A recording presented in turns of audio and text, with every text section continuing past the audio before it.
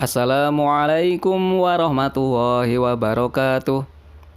Bagaimana kabarnya Ananda Solihah kelas 3 pada pagi hari ini? Semangat pagi, pagi, pagi, pagi. Kami hebat, Allahu Akbar. Ananda Solihah, hari ini kita akan belajar kembali tentang rukun iman. Masih ingat kan ada berapa jumlah rukun iman? Ya, benar sekali. Ada 6 jumlah rukun iman yang harus kita hafal dan harus kita ketahui. Sebelum menyebutkan urutan rukun iman, semua sudah tahu ya apa itu rukun iman? Ya, rukun iman adalah urutan kepercayaan yang wajib diyakini oleh seorang muslim. Kepercayaan ini diwujudkan dengan cara membenarkan dan meyakini dari dalam diri atau hati, mengakui secara lisan atau kata-kata, dan mengamalkannya dalam bentuk tindakan sehari-hari.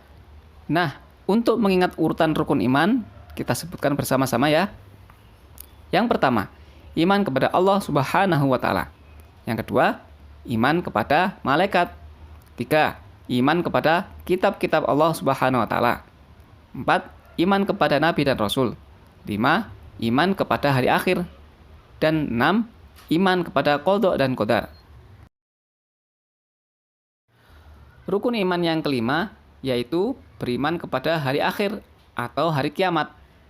Setiap umat Islam wajib mempercayai bahwa hari kiamat akan datang. Hari di mana seluruh alam semesta hancur dan kehidupan yang kekal atau akhirat akan menanti. Selain itu, manusia juga akan dimintai tanggung jawab amal ibadahnya selama di dunia. Hari akhir ini pasti datang dan dialami oleh semua umat manusia. Allah Subhanahu wa Ta'ala berfirman dalam surat Al-Qari'ah ayat 1-5.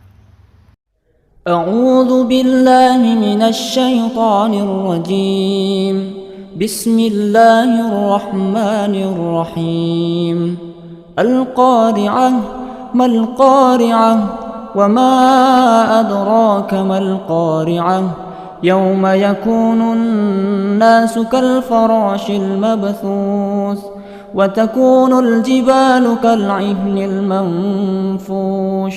Ayat di atas adalah gambaran yang sangat dahsyat tentang hari kiamat, tentang keadaan manusia yang sangat kacau, dan bencana alam yang terjadi di mana-mana.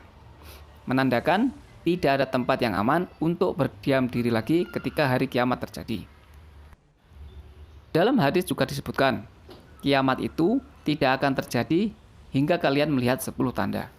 Asap, Dajjal, binatang melata, terbitnya matahari dari barat, turunnya Isa bin Maryam, Ya'juj dan Ma'juj, 3 gempa, yaitu di timur, barat, dan jazirah Arab.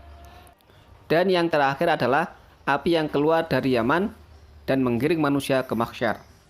Ananda Solihah, dari ayat Al-Quran dan hadis di atas menyebutkan tentang kejadian luar biasa yang menakutkan tentang terjadinya hari kiamat.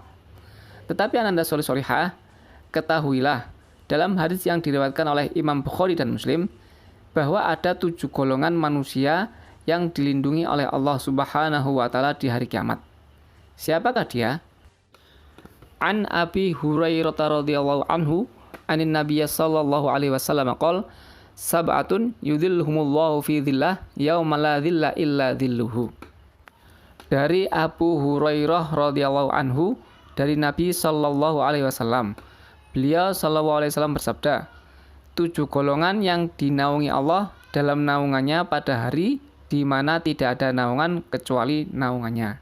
Al-Imamul Adil. Yang pertama adalah imam yang adil. Wasyabbun nasya'a bi'ibadatillah. Seorang pemuda yang tumbuh dewasa dalam beribadah kepada Allah. Warajulun qalbuhu mu'allaqun fil masajid.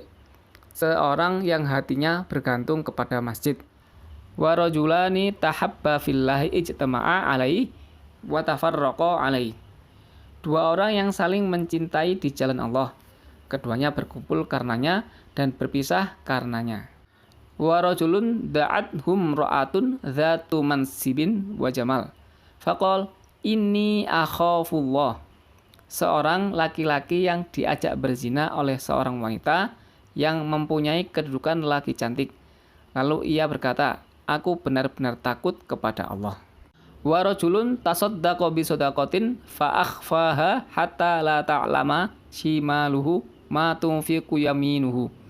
Seseorang yang bersedekah dengan satu sedekah lalu ia menyembunyikannya sehingga tangan kirinya tidak tahu apa yang diinfakkan dengan tangan kanannya.